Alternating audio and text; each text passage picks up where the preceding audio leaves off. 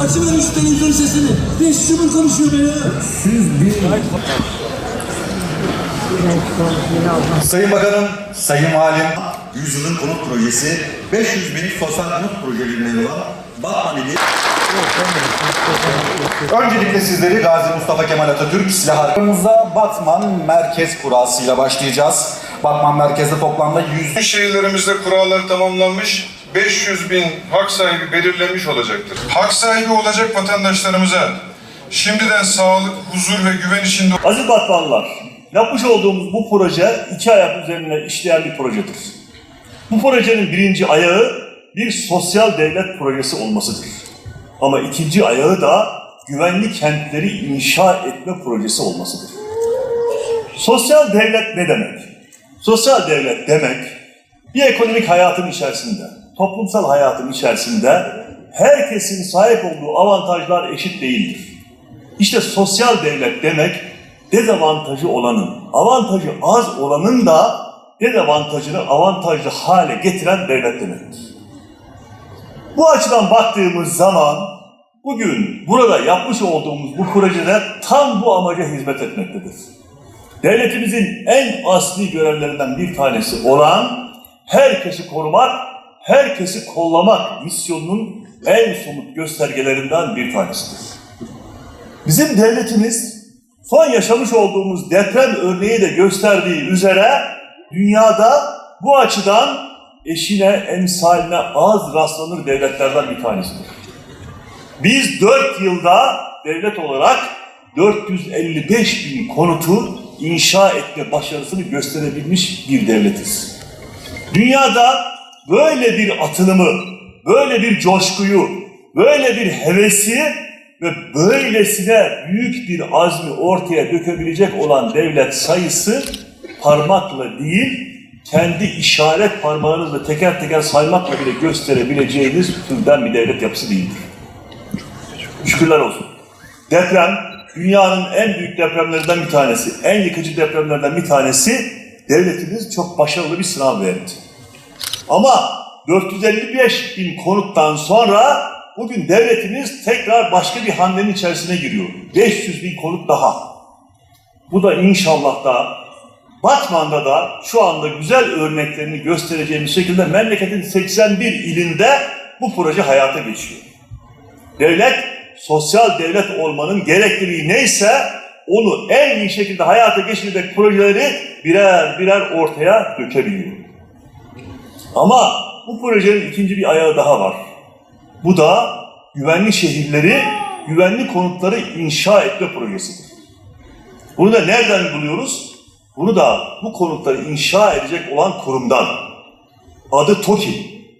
Evet, Türkiye'de TOKİ dediğiniz zaman sosyal hayatın içerisinde de, ekonomik hayatın içerisinde de kendini güvenilirlik olarak etiketlemiş olan bir kurumdan bahsediyoruz.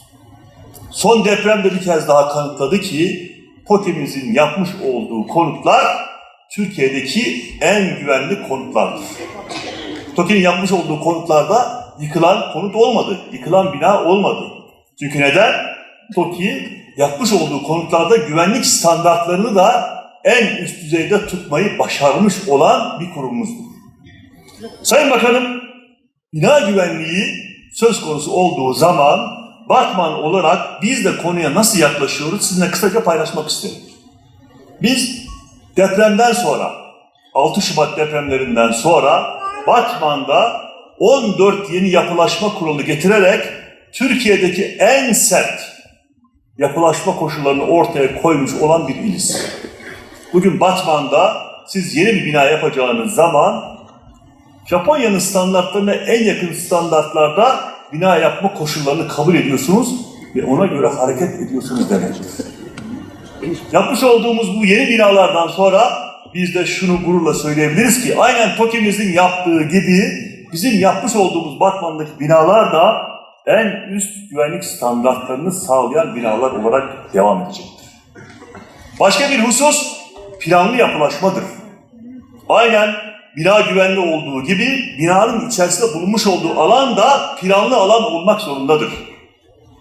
Bugün Batman 40.000 dönüm arazi üzerine kurulmuş olan bir kenttir. Ama biz 40.000 arazinin üzerine 42.000 dönüm var olan yapının daha ötesinde yapı stoğunu kaldırabilecek şekilde hazır imar planını yaptık ve bitirdik. Yani bundan sonra önümüzdeki 21. yüzyıl boyunca Batman büyüdüğü zaman bu şekildeki planlı hazır alanların üzerinde büyüyen, ilerleyen bir kent olacak. Ama bu 42.000 dönüm imarın ötesinde biz başka bir ihtiyacı daha gördük. Aynen Türkiye'nin her yerinde olduğu gibi Batman'da da insanlarımızın ikincil konut talebi ve ihtiyacı var. Bazı insanlarımızın da birincil konutunu daha rahat kentin dışındaki alanlarda geçirme ihtiyacı var. Biz bunun için de Türkiye'ye örnek teşkil edecek bir uygulamayı hayata geçirdik. Şu anda il özel idaremiz eliyle Batman'ın etrafında 6 tane uydu kent projesini imarını aynen 42.000 dönümlük imarı yaptığımız gibi 6 tane uydu kentin de imarına aynı anda başladık. İlerleyen zaman içerisinde inşallah Batman'da hepimizde ihtiyacı olan, sevgisi olan, doğayla iç içe yaşamak isteyen insanlarımız için uydu kentlerimizdeki hazır alanlar sizlerin hizmetine girmiş olacak. Engelli başvurusu yapan vatandaşlarımızdan da aramızda varsa, hak sahibi olan vatandaşlarımızın isimleri sırasıyla KVKK kanunları gereği